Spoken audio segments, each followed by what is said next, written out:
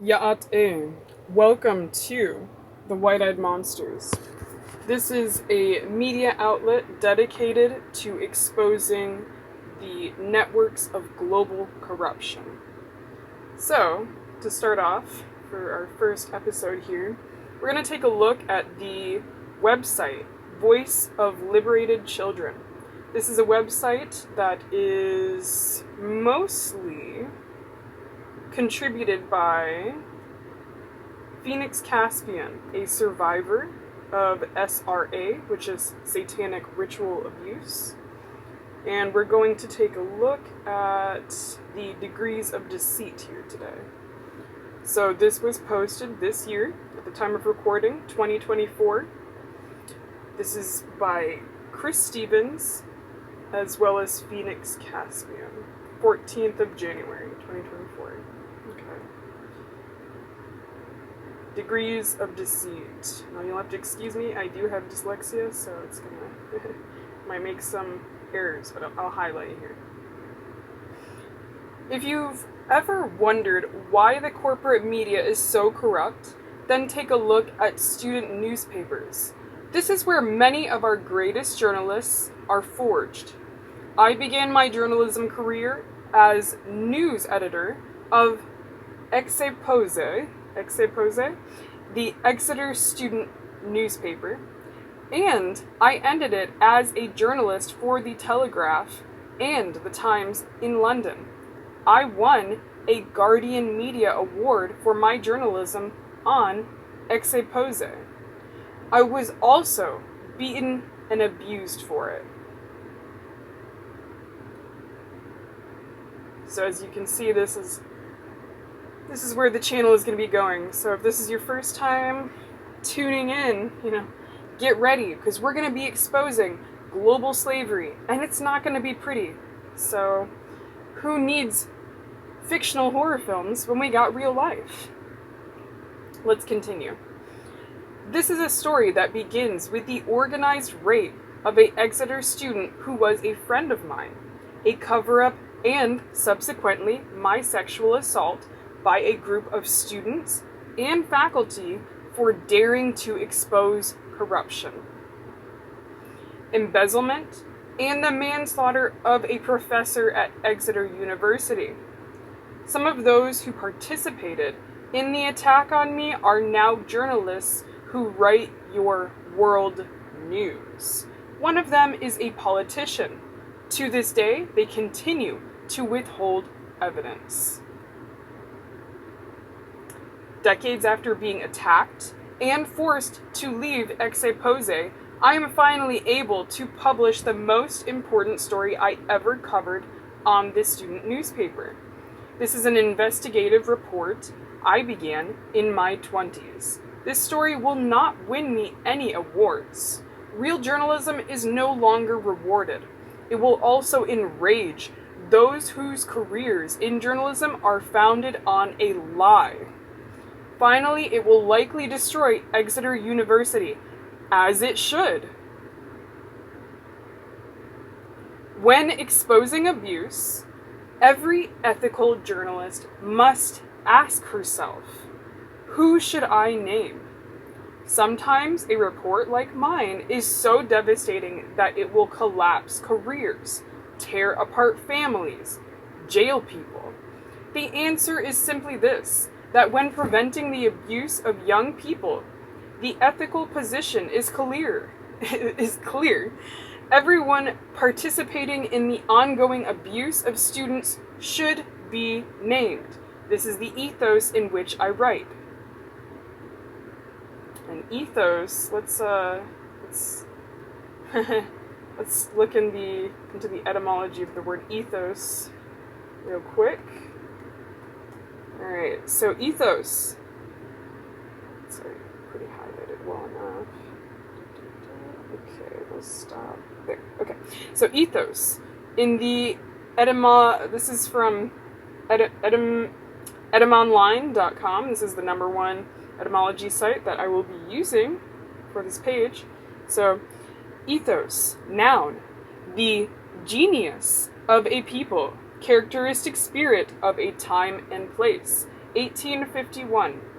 Palgrave, from Greek ethos, habitual character and disposition, moral character, habit, custom, an accustomed place. In plural, manners. Okay, so ethos is kind of like a way, okay, moral character. Alright, yeah, so I think that right here we're going to take this definition right here, moral character, because we are talking about the abuse of people and immoral acts here. So let's go back to that. Where do you rate ethos? Oh no. Oh no, where was I at? Whoa, okay. Hold on. Ethos. Yeah, okay. This is ethos. Everyone participating in the ongoing abuse. Yes. So that's perfect right here. Right. So ethos is being applied here to this last sentence. The answer is simply this, that when preventing the abuse of young people, the ethical position is clear. Everyone participating in the ongoing abuse of students should be named. This is the ethos, as in the moral character. So that's the way I'm reading it here. It could also be the custom as well. The spirit, characteristic spirit of a time and place, yes. But more than anything, moral character is what I'm reading it as. So this is the ethos, or rather moral character in which I write, right? Okay, so let's move on now. Just wanted to clarify that for myself and the audience, because etymology is the way that we undo the spells. It's a very good way that we can start to undo the spells that have been done onto us, the spells that we are born into, legally and otherwise. And we're going to get into that. Oh boy, we're going to get into that later. I digress. Let's continue.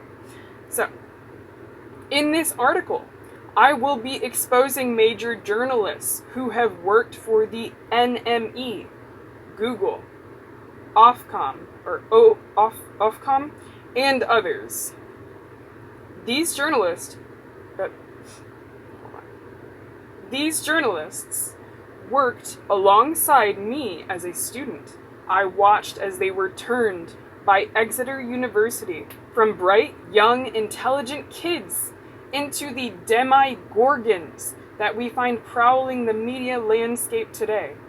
I will show how this is done, why it is done, and how we can stop it.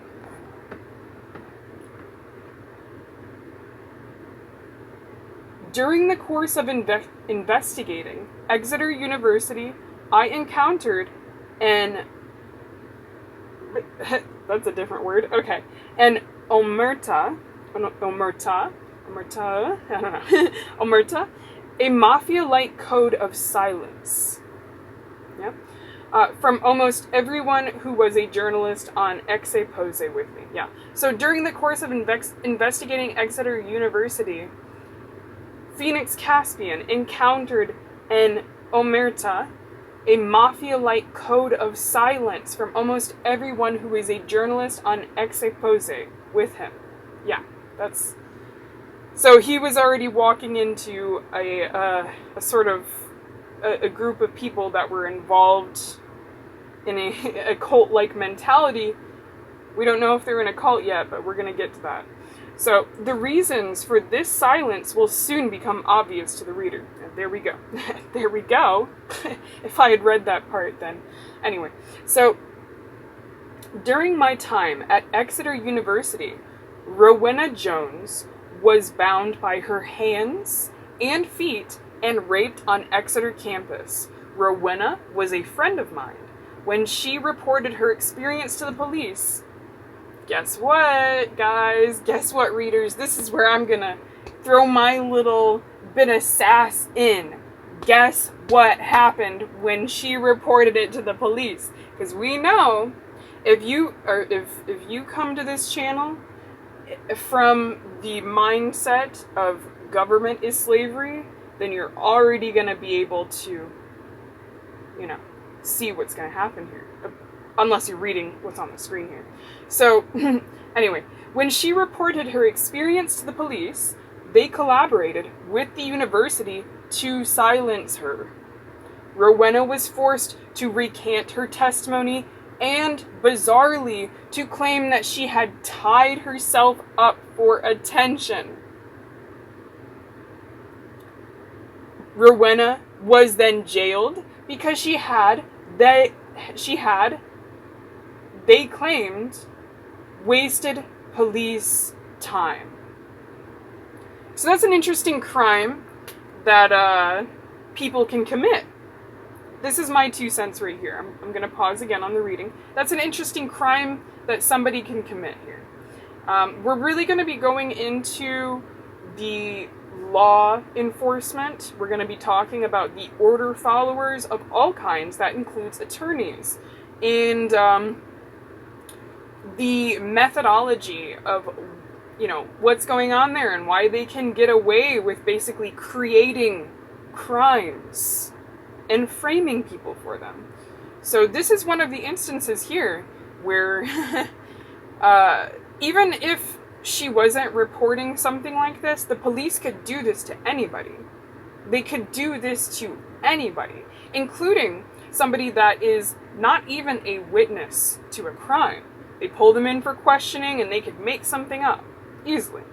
So let's get back onto this, and I'm going to try not to interject as much anymore. I just wanted to really, since this is my first video, I wanted to give a little bit more, a little more zest, so you could really feel, not fear, we're not going to be fearing things here, we're going to be overcoming fear, rather, so that you could rather feel, the essence of what this channel has to offer when it comes to the white-eyed monsters. Okay, so, Rowena was then jailed because she had, they claimed, wasted police time. This clearly sent the intended message to Exeter students. Speak out about rape and we will silence you. We will jail you. Rich Thurston, then co-editor of Exeposé, subsequently wrote a news story in which he claimed that Rowena had cried rape on campus. This was a parroting of the university's position. Rich Thurston did no investigation. Yeah, the then co-editor of Exeposé, Rich Thurston, did no investigation into the crime and conducted no interviews. His article was based entirely on a single statement made by Exeter University's own PR department. Oh boy, this is getting good, isn't it? This is not getting good. Obviously, it's not getting good. What is getting good is exposing this. That's what's getting good right here, right now. That's what I mean, okay? That's what I mean. Interestingly, when I began to speak out on the paper about the risks to students on campus, I had my hands and feet forcibly bound together with industrial tape by students Ben Roberts and Kate Harcourt. The other co-editor of Exeposé, Jared Mark Wilson, pictured above, on the right, subsequently published a photograph of this assault in the campus newspaper. Wilson would later become president of Exeter University. Like Rowena, I was publicly shamed for speaking out.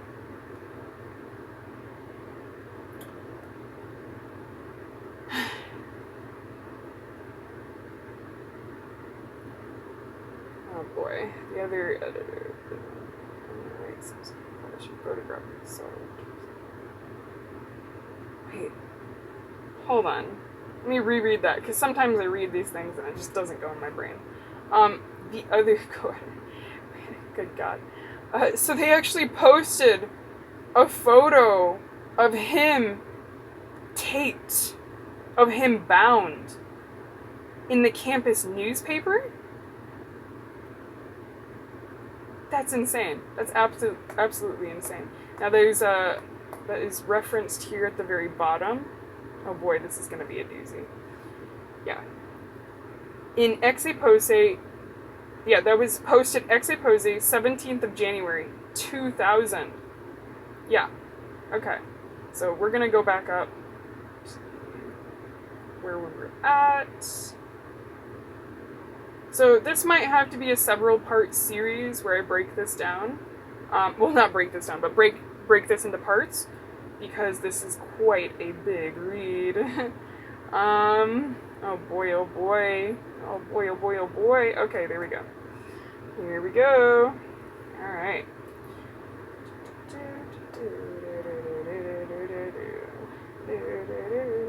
Okay, boom. Alright. Hope you like the waiting music. So yeah.